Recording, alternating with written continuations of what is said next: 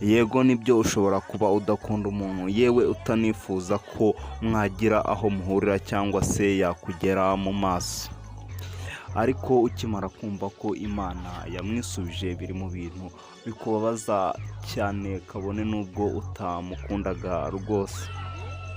Bamwe na bamwe bajya kure bakavuga ko urupfu ari cyo gihano cya mbere kibi kibaho Imana itanga ku muntu.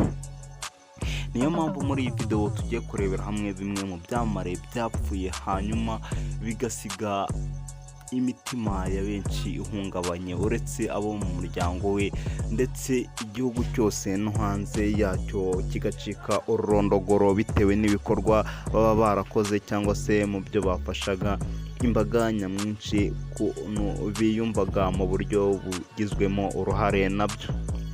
Munyemerere muri iyi video yacu duhere kuri DJ Mira. DJ Mira izina rye nyakuri ni Virgile Karuranga, yari umuvanga muziki wamamaye hano mu gihugu cy'u Rwanda. Yatangiye kuririmba ndetse icyarimwe no kuvanga imiziki mu mwaka w'ibihumbi 2012. Akora cyane mu muziki wa hip hop ndetse yitabiriye ibitaramo bikomeye hano mu gihugu cyacu cy'u Rwanda ndetse no hanze yacyo, yaba mu kuvanga imiziki ndetse no kuririmba kuko yarafite amahiti songs menshi cyane nka Boss n'indi yakoranye na Butera Knowless. DJ Mira yitabye Imana ku itariki ya 5 Mata 2020, yari amaze iminsi arwariye mu bitaro byitiriwe Umwami Faisal.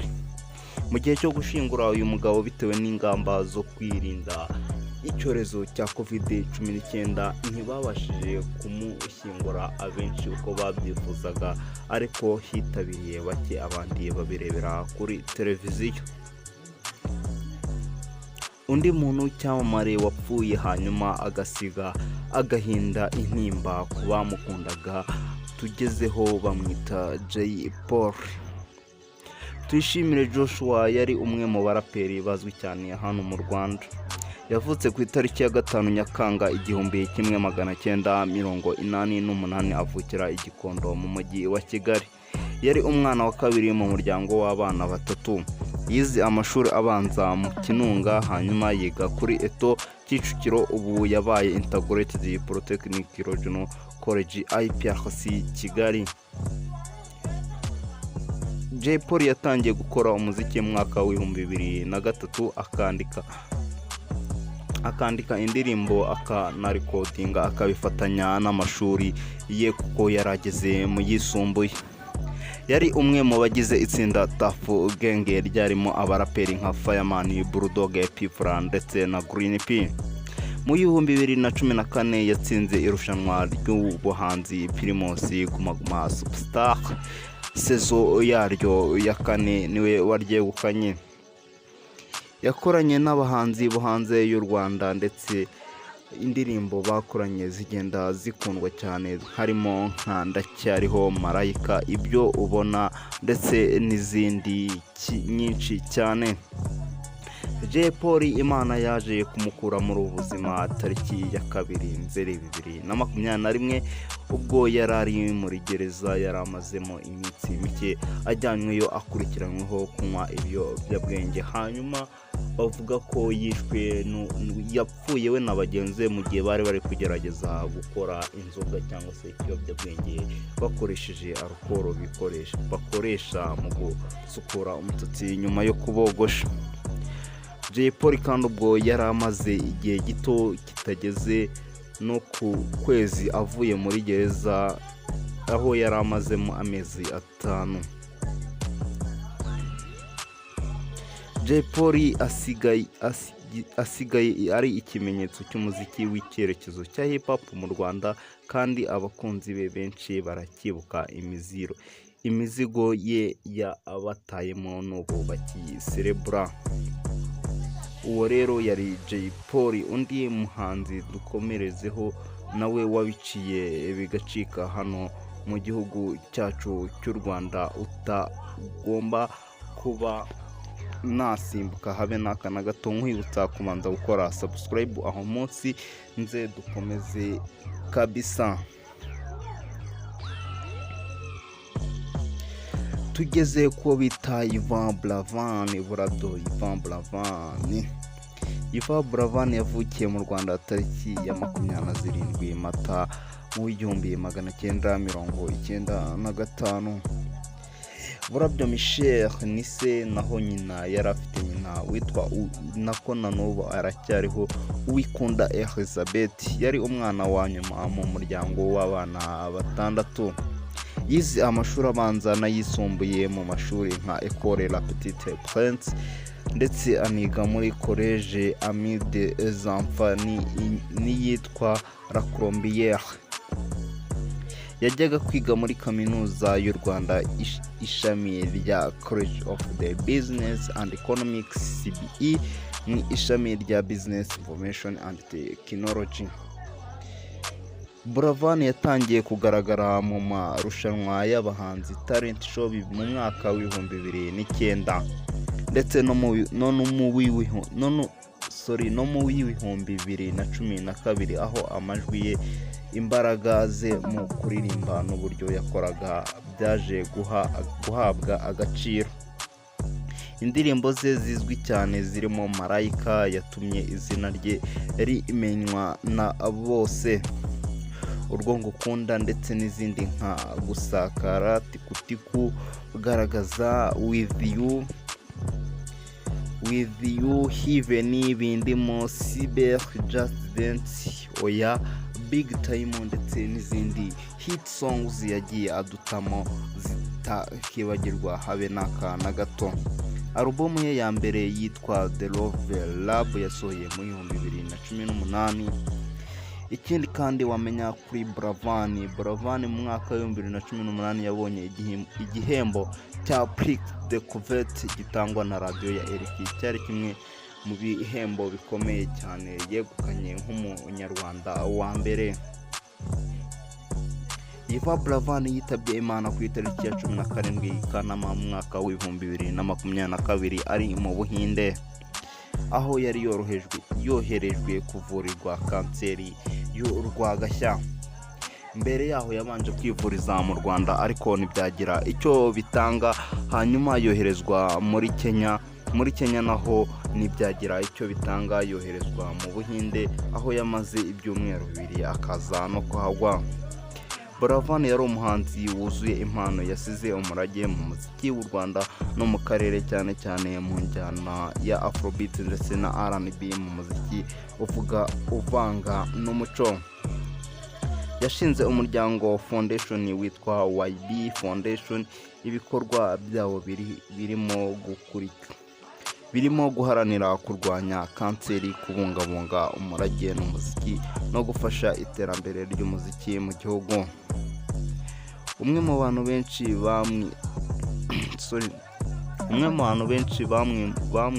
byamuhaye isura nziza mu mico y'ubunyangamugayo, gukunda igihugu, gukora cyane ndetse no kugira umutima wo gufasha abababaye ndetse n'abakene.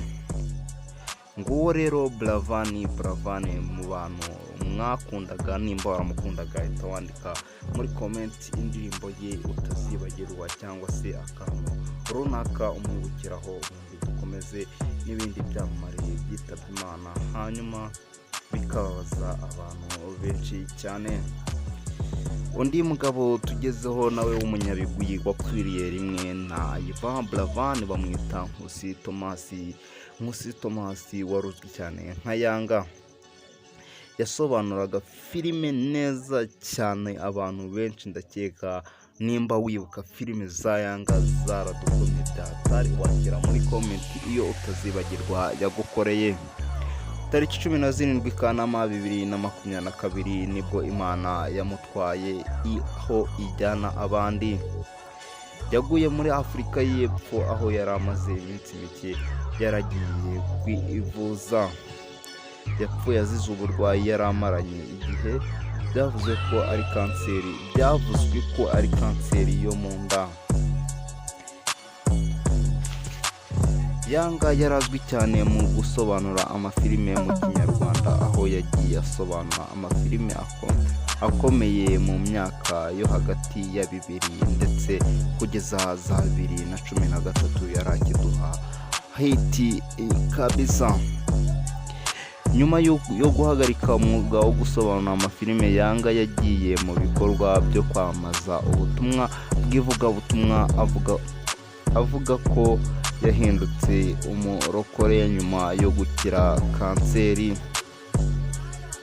Yasize umugore n'abana ndetse n'abavandimwe bakomeje ibikorwa byo kumwibuka no gukomeza umurage yateje imbere mu mwuga wo gusobanura filime.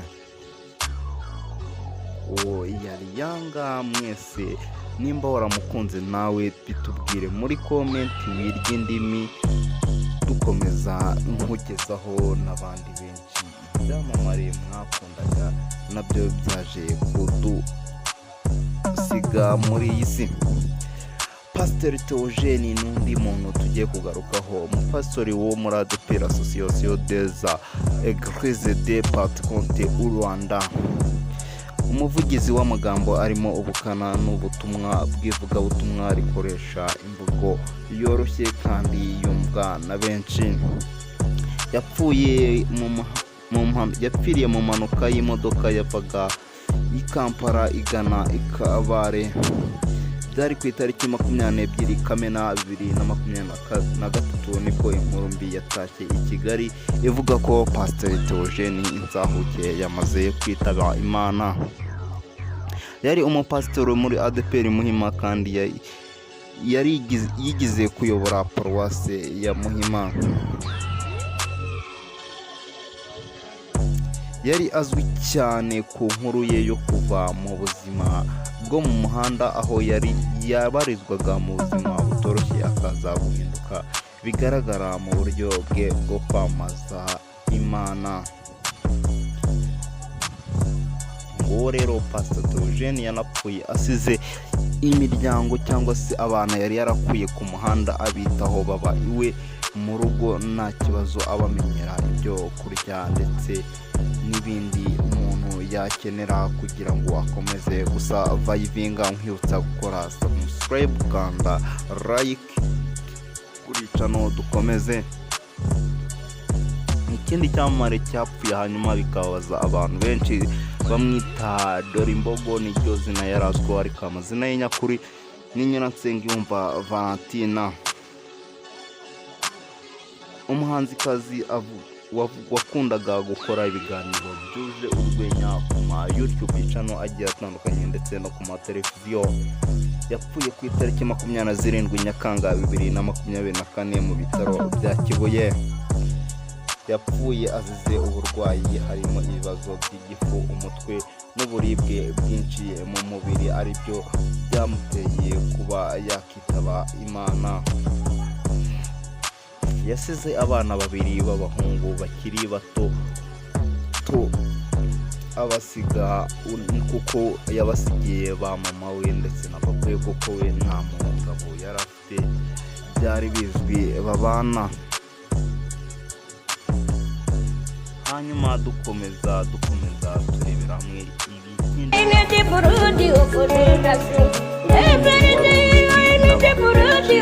akaba yaritabye Imana. Tugiye ku mukobwa, nubwo wamwita umukobwa ariko yagaragaraga nk'ukuze. Gogo Gororioza musabye Imana yaririmbaga gospel kimenya bose ku mbuga nkoranyambaga, social media ndetse n'umuririmbyi w'indirimbo z'iyobokamana. Yari afite imyaka 36 ubwo ababizi neza mwahita mushyira muri karikireta mugahita mwandika muri komenti yari yaravutse igihe kiniki. Yitabye Imana ku mugoroba wo ku itariki ya 3 Nzeri 2025, ariko itangazwa ku mugaragaro ko yapfuye mu ijoro ryo ku munsi ukurikiyeho mu bitaro bya Kegera muri Kampala, Uganda. Hari amateka avuga ko yari afite ikibazo cy'umutima ndetse ushinzwe kumumenyera ibye cyangwa se kumufasha mu buzima bwe bwa buri munsi. Aba tuzi nka manager yavuze ko muri iyo minsi yari afite ikibazo cy'ubuzima cyari cyaravuzwe mbere. Yavukiye mu karere ka Rwamagana mu ntara y'Iburasirazuba. Kabisa ahangaha Rwamagana ku bantu bahazi namwe muri komenti Rwamagana ndahazi neza cyane kabisa. Dukomeza ku bindi byamamare, ese urakeka hari uwo twibagiwe? Utwandikire muri komenti umutubwire, ubundi nawe nzaze mubabwiraho. Tugeze kuwo bita Ale Mukura Arinda, nawe ni umwe mu bantu bitabye Imana, hanyuma akababaza abantu benshi bitewe n'ibyo aba yarakoze byagiye bikundwa na benshi.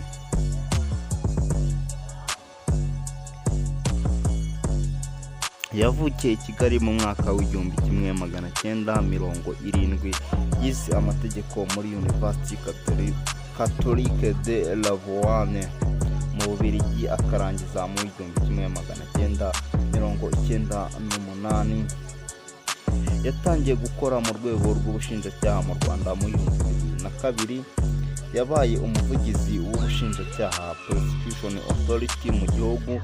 Mu Ukuboza 2021 yemejwe na guverinoma kuba umuvugizi wungirije wa leta y'u Rwanda, Deputy Government Spokesperson. Yari umuvugizi cyangwa se uwungirije umuvugizi wa leta y'u Rwanda, akorana na Yohanda Makoro ndakeka mumuzi. Yari afite impano mu muziki, yakundwaga mu ndirimbo nka Tsinda Batsinde, igihe kigaragaza intsinzi y'ikipe y'igihugu Amavubi, Murekatete, Gloria n'izindi. Iyo Gloria ndakeka abakatolike hano ni mwayoberwa. Yashinze rebo cyangwa se umushinga wo guteza imbere abahanzi yise The Boss Papa, ndetse yari atangije gahunda yiswe Hanga Higa, igamije gufasha abana abafite impano mu muziki w'u Rwanda. Iyo Boss Papa ku bantu batayizi niyo yafashije igisupusupu, igisukari, amajyane mwese mwamenye muri iki gihugu cyacu cy'u Rwanda. Mu 2015 yasabye gufata ikiruhuko mu kazi ku bushinjacyaha kugira ngo ajye kuba hamwe n'umuryango we mu Buholandi, aho umugore we yari yarajyanywe na gahunda y'akazi. Yigeze kugaruka mu Rwanda, kandi yagarutse mu Rwanda mu 2021 ahita agerwa umuvugizi wungirije wa leta y'u Rwanda. Ale Mukura Arinda yitabye Imana kuwa 4 Mata 2025 mu gitondo, aguye mu bitaro byitiriwe Umwami Faisal mu mujyi wa Kigali, azize guhagarara ku mutima, ibi bizwi nka heart attack. Yari afite imyaka 55 igihe yapfaga. Guverinoma y'u Rwanda yihanganishije umuryango we ndetse n'abamukundaga, ndetse yatangaje ameze ko yari amaze igihe ari mu kazi ka leta, kandi ko urupfu rwe ari igihombo gikomeye ku rwego rw'igihugu. Undi muhanzi nawe wari uzwi cyane mwakundaga, mwari mutangiye gukeka ati uwo ntiyamwibagiwe. Oya, sinamwibagiwe, nawe ntamutekerezagaho. na undi ni Kizito Mihigo. Mwibutsa gukora subscribe, ubundi ugahita tubwira muri comment ese urumva ubutaha twazavuga kurinde ku kindi cyamamare twaba twibagiwe. Yes, Kizito Mihigo yari umwe mu bihangange mu muziki w'u Rwanda, cyane cyane mu ndirimbo za gospel zihuza abantu mu bumwe n'ubwiyunge. Yavutse ku itariki ya 25 Nyakanga 1981 mu karere ka Nyaruguru mu murenge wa Kibeho. Yaririmbaga indirimbo zihumuriza imitima, zifite ubutumwa bw'ubwiyunge nyuma ya jenoside yakorewe abatutsi mu 1990. kane. Yize umuziki mu Bufaransa aho yigaga gucuranga inanga n'ubuhanzi bwa muzika bwa kiliziya. Indirimbo ze zizwi cyane harimo Inyuma, Twanze Gutoberwa Amateka ndetse n'indirimbo aho kugomba yarampaye. Indirimbo ze zikundwa cyane cyane kubera ubutumwa bwazo bwo guhumuriza imitima ibabaye. Ibibazo yahuye nabyo mu 2014 yafunzwe akurikiranweho ibyaha byo gushaka guhungabanya igihugu, ariko mu 2018 yaje kurekurwa ku mbabazi za Perezida wa Repubulika Paul Kagame. Mu 2020 yaje gufatirwa ku butaka bw'i Burundi ubwo yageragezaga kwambuka umupaka mu buryo butemewe n'amategeko. Yapfuye kwa 17 Gashyantare 2024 muri gereza ya Remera. Polisi yatangaje ko yiyahuye, ariko abantu benshi barakibaza byinshi ku by'ukuri ku rupfu rwe, kuko yari azwi nk'umuhanzi w'umutima w'abanyarwanda n'umurwanashyaka w'amahoro.